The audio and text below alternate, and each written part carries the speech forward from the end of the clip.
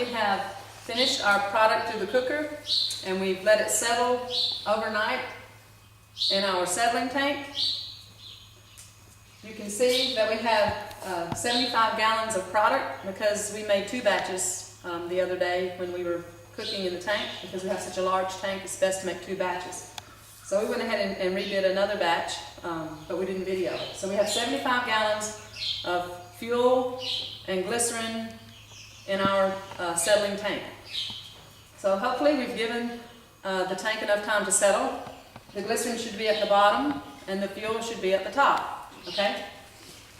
Now, there's lots of things you can do with glycerin byproduct, because this is going to be a major part of your processing system. You're going to have a lot of byproduct left over, and it's glycerin. You can use it as animal feed. Of course, the first thing you need to do before you use it for anything is distill off the remaining methanol, and we'll talk about that later on in the process. But assuming that you did distill off the remaining methanol that's left in the glycerin, you can use it as an animal feed product for ruminant animals, for cattle. It can be burnt as like a sawdust log. You can mix it with wood chips and it'll burn. It can be used as a surfactant in a herbicide application.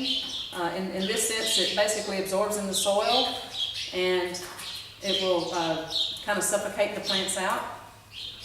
It can be used in an anaerobic digester for biogas production. It can be compost in a compost pile because it'll create really good heat for the byproduct of compost. We make soap, so we can make soap from the byproduct. It's not a very attractive soap, but it's a really good soap. It's got a lot of sodium in it, and so it cleans up animals, concrete, clothes. You can mix it with motor oil and make a grease compound to be used on the farm with your tractors. So basically what sinks to the bottom is glycerin, methanol, your catalyst, whether you use sodium hydroxide or potassium hydroxide, and then there's a little bit of water. So those things are somewhat caustic. And as far as a percent, we would say that 50% of it is glycerin, about 40% is methanol. And the other 10% is your cations from your sodium or your potassium hydroxide. But it's very caustic, so you have to remove the methanol. You want to remove that methanol because the methanol is the biggest cost in your process. And then the rest that's left over has many uses. You just have to decide as a producer, what you're going to use it for. Now, before we go on to wash this fuel, there are several tests that we need to perform to make sure that we made a good fuel product and that it can go through this wash cycle, that 4 or 5 wash cycles, without causing what we call an emulsion. So, we have a couple of tests to run. The first test we talked about the other day, the 27.3 test. We went over it the other day, and so we're going to perform our 27.3 test. We have 27 mils of our pure methanol, and we have 3 mils of our fuel from the top here. And we're just going to put it in our container. We're going to shake it up and let it settle and see if we have any tri or di or monoglycerides that settle out in the bottom to indicate that we did have a complete reaction or maybe we don't have a complete reaction. Okay, so that's the first test we talked about the other day. Now the second test is what we call a separation test. And you want to do this test because you want to make sure that you've allowed your tank enough time to settle and allowed the glycerin and the methanol and the catalyst to float to the bottom. Okay? So this test basically is performed with water. So I have a cup of water. And I also got a cup of my fuel from the top. Okay?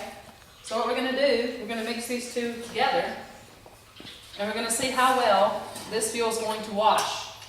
And you want to do this on a very small scale, like this, a 1-to-1 ratio, 1 cup to 1 cup. Pour it in. And you want to run this test because you don't want to pour a lot of water in your fuel if your fuel is not ready to be washed. Then you have to get the water out, and then you have to reprocess the fuel. So you don't want to You don't want to shake this up, you just want to kind of swirl it and roll it around. And you're going to let it settle. You're going to see, hopefully, that you're going to have a separation, a clean separation, so that you can have a clean wash. That's what you're after. If you don't have a real good separation between the water and the fuel, then when you put water in your bulk fuel tank, then you're going to create an emulsion. You're going to create a big soak layer between your fuel and your water, and you don't want to do that. So we'll let this settle for just a few minutes. And we'll let this settle for just a few minutes as well. So while those are settling and we're deciding if we made a good fuel or not, we still need to drain off the glycerin at the bottom of the tank. We basically just kind of save some containers.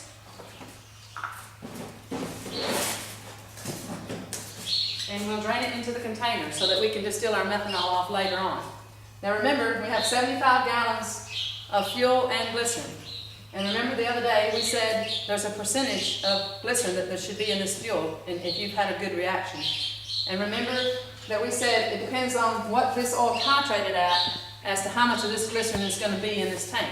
Now we kind of had a high titrating oil, so I expect there to be a high percentage of glycerin in this tank. So let's just see how much glycerin we get out of 75 gallons of combined substance.